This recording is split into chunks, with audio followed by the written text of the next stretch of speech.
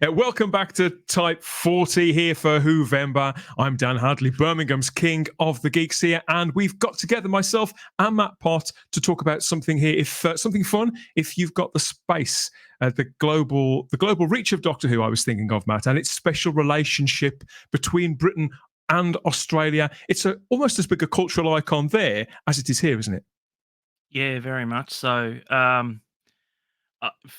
For here, for my entire life, Yeah. it has never ever stopped. Only until like after the Sylvester McCoy era, but other than that, it never ever stopped. And so, whenever it finished a new series, they'd go back to the old series and show us all over again. So fantastic. And you Australians love reminding us of that. The repeat starved Brits for all that time. You love reminding us of that at every available junction. Yeah, you had Doctor Who more consistently than we did. So anytime that you ever felt a bit hard done by, just console yourself.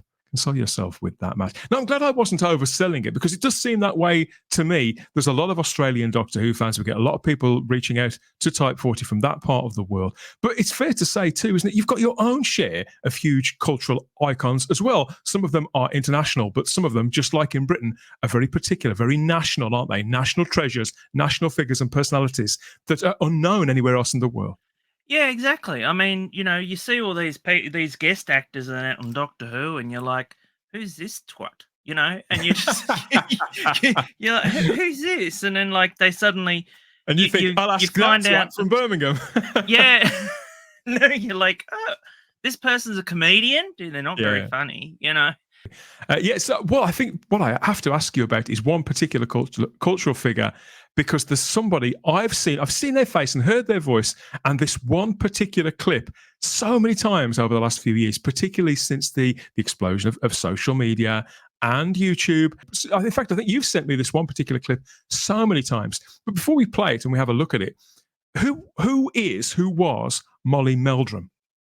He still is. Molly Meldrum was the host of a music program that was very similar to your Top of the Pops.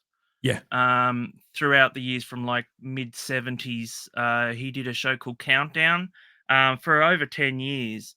He was a massive fan of the Beatles, and he'd grown up just loving music, and that's all pretty much he knew. And he had gotten in with so many famous musicians over the years too. David Bowie, Iggy Pop, quite a few, of course, Australian acts. For the longest time, it was introductions to bands that were on, just like number ones in America, but they hadn't come here. So they were introducing us to a lot of these new names that we didn't even know.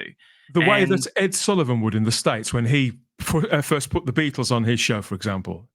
Yeah, well, it actually became to the point where when they were singing and all this sort of stuff, they were either trying to bring them over live, or they would ask for, like a video, a music video. The weird thing was that even though we had talk shows and that, famous people would still come onto the show. And so in one instance, you can actually see Molly Meldrum interviewing Prince Charles.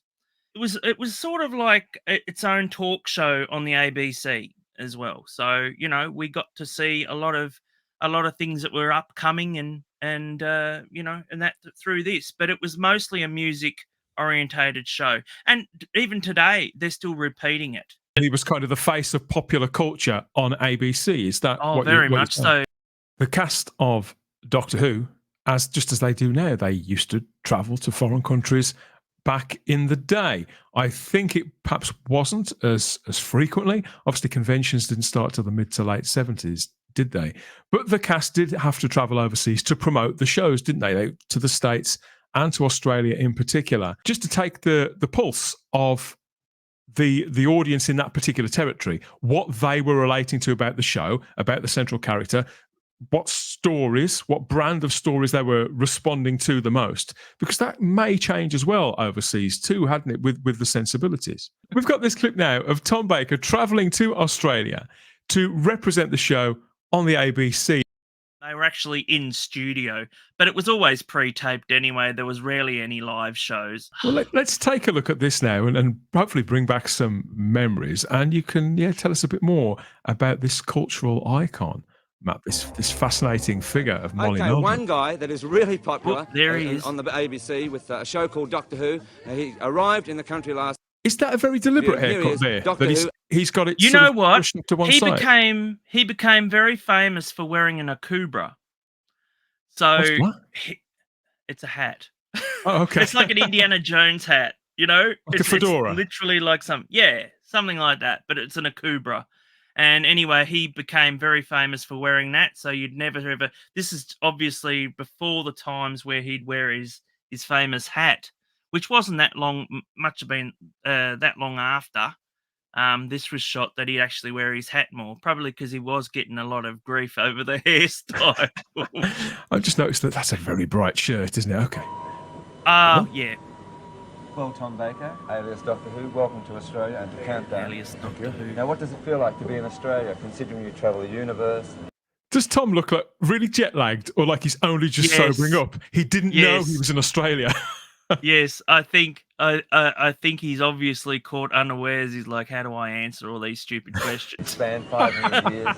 Oh, good. Yes. Sometimes they say Australia's 500 years behind the rest of the world. What the hell is a stupid Australian asking me? Oh, I would have thought it's longer than that. I hope not. Now But he gets right up to speed with his sense of humour right away, doesn't he? Yeah. He's an awesome guy, Tom. He really is. He can crack a quick one really quick. So it's awesome. Because even though he sort of plays the fool and acts like he doesn't know what people are talking about, you think he does really, and he sort of obfuscates it a little. I think he just plays it off a little bit, and he understands that some people. I mean, I'm always embarrassed by Australian reporters because they just don't do their homework, you know. And if you see the questions that he asks, nothing to do with anything to do with Doctor Who. It's just he just asked absolutely inane waffle. Idiotic. The DJs are like that here as well. Let's see what else he's got to say. Doctor Who must get himself into some awful strife during that time, especially for a whole year we've got you. Can you let us in on the secrets? Well, the first one is. I think this is a very show that's a couple of years old by now. He would have done. And there are a series of Doctor Who type. This would have been about 78, 79. So the episodes would have been just that little bit behind, a season or so very behind. Much so, yep. So we were always 2 or 3 years behind with Doctor Who. Sometimes we didn't get it for years, and then all of a sudden there was new shows that just cropped up because they used to buy them. Even PBS in America and that used to buy them in blocks, so they used to buy a whole heap and then just play them and play them and play them and play them and play them, and then maybe after that time had its run, then they'd go back to BBC and say, have you got any more? So it wasn't like a constant stream. There was a lot of Doctor Who episodes that we never actually saw in Australia. They just never ever showed them. The entire episode would be nixed. Well, also because of the adult content to them anyway. So the ratings board would not have it on at all. So and that was a lot of William and Pat's stuff. So Patrick Troughton stuff. But with John Pertwee, even John Pertwee's stuff was like a lot of that stuff wasn't shown. The earliest seasons of John Pertwee weren't shown until a lot later, probably until the very early 80s, I had no idea. I'm finding out new things about Doctor Who overseas all the time. That's good at all. I think that the viewers might like it. I hope they do. Because there seems a big interest over here in the programme. Now, you're surprised how big Doctor Who is, not only here, but in Britain and everywhere else? Well, it's very difficult, to believe anything that happens on the other side of the world, isn't it, really? Yeah. I've never been to Australia before, and to arrive here and be so warmly welcomed by especially young children here is very thrilling. I mean, I knew that the programme was popular here, but I didn't appreciate it. Now It's right, isn't it? If something happens, particularly back then, if something happened thousands of miles away, people would tell you about it. But I suppose it wouldn't be real until you saw it with your own two eyes, because there's no way you could phone somebody if you knew somebody that far away. Just about, you may speak to them eventually, but generally speaking, it was by post, wasn't it, that people would communicate all that time ago? Yeah, well, that's it. You know, you had pen pals and all that sort of thing. So, you know, that would tell you, oh, I saw such and such on the TV tonight. You know, there was no Yeah. internet. there was there wasn't anything. So, you know, I mean, I remember finding out if the Doctor had regenerated by reading a magazine. You know, that was you know, and he'd already changed like say Peter Davison. Yeah. I didn't find we'd only just gotten Peter Davison, and then I found out in a magazine that he was in an Australian magazine that he was regenerating, and it's like, but we only just got him. I remember when I was at school, at secondary school, and Neighbours was huge here. Yeah. We were 18 months behind in what was going on. And so people sometimes would go on holiday with their family to Australia, or they've got Australian relatives, and they used to write to them and say, can you tell me what's happened in Neighbours in the last year? And so we get spoilers come to school in the form of these letters from Australian family members, Australian pen pals, things like that. I went to America in the mid-90s, and I made sure I was over there while the X-Files was streaming its new episodes and that. And I remember coming back, and like they said, "Oh, how'd it go?" And I said, "Oh, I saw some new X-Files that we haven't got yet." And they said, "Oh, what is it?" And I said, "Oh, yes, Krychek's a Russian." And they're like, "What?" Spoilers. So, Spoilers. you know, yeah. I was like, "Oh, yes, I ruined it for you. Excellent." You evil sod. You evil sod. I am. Begin to appreciate and then, of course, to enjoy it. Now, tell me, with the advent of Superman coming back on the big screens, do you think there may be ever a chance that Doctor Who and Superman may run into each other?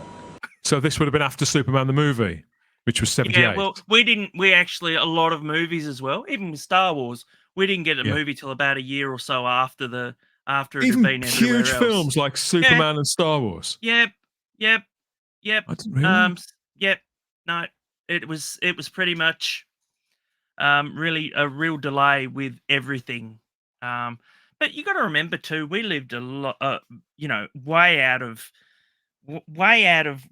the reach of all those sort of countries, you know, where we got sort of stuff like that. It's the same principle, isn't it? Nobody would spoil the plots of those movies because proportionately there'd be very few people who would have seen it or who would know.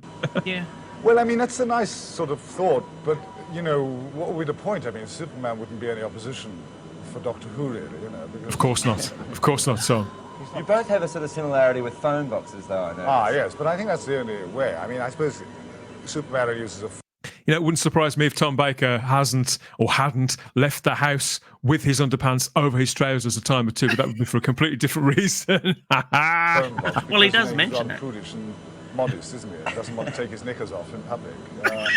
But he's, I think, compared to the character of Doctor Who, he's a bit of a bonehead Superman. I mean, he punches things out. Superman, bonehead. He obviously hadn't met Batman. You know, tries to think it out. Now, tell me, I've often wondered, does Doctor Who sort of wake up in the morning and get rather confused about times? Because I only have to travel from Sydney to Perth and get confused about the time. I mean, you must be really confused sometimes.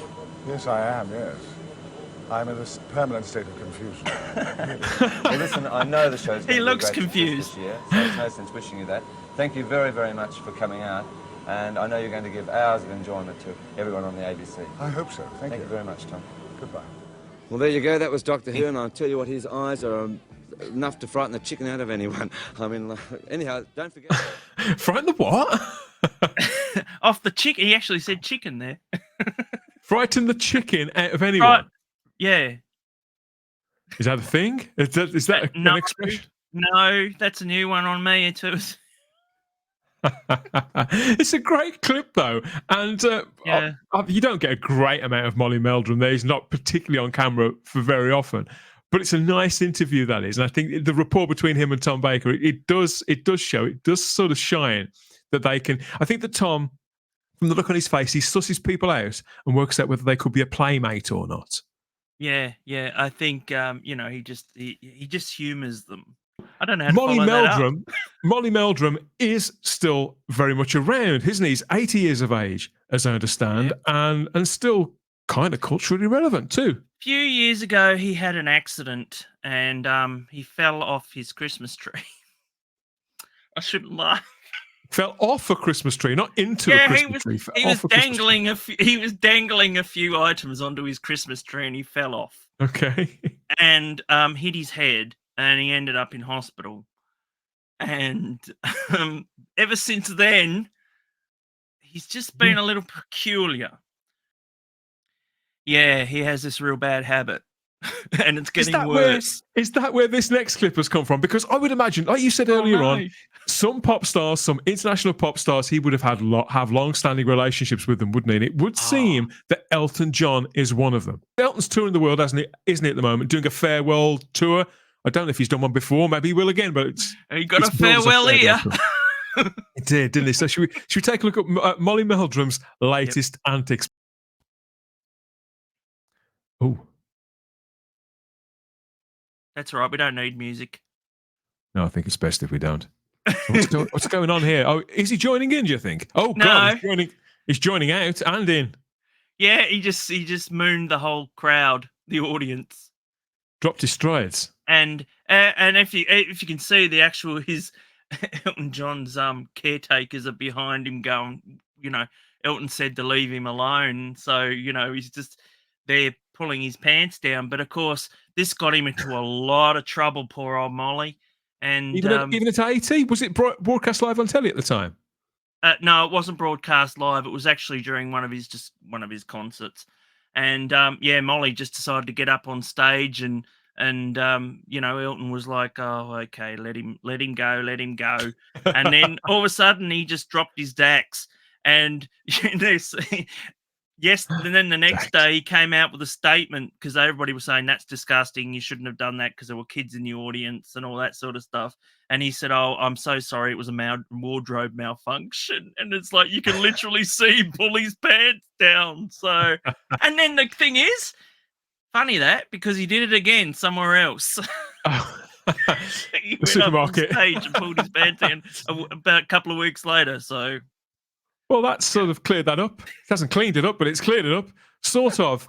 What we'd like to know is, did you grow up watching Molly Meldrum on the ABC with Doctor Who in the 60s and the 70s? And what do you think about that clip there? The first one. The first one in particular. Hey, you can tell us what you think of the second one as well. But, is this national treasure somebody that you grew up with and you've got lots of fond memories of there? And the same with Doctor Who Down Under too.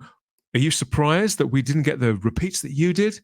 Here in Britain, I often am. So we'd love to know your memories there as Type 40 celebrates Whovenber. Please like the video, subscribe to the channel, check you're still subscribed, and hit the cloister bell to get all the notifications about what's coming next and when, whether it's more videos like this for Whovenber, whether it's the live streams, Type 40 Live there, or the Type 40 podcast itself. Like, subscribe, share. We'll see you on the next one. Bye-bye.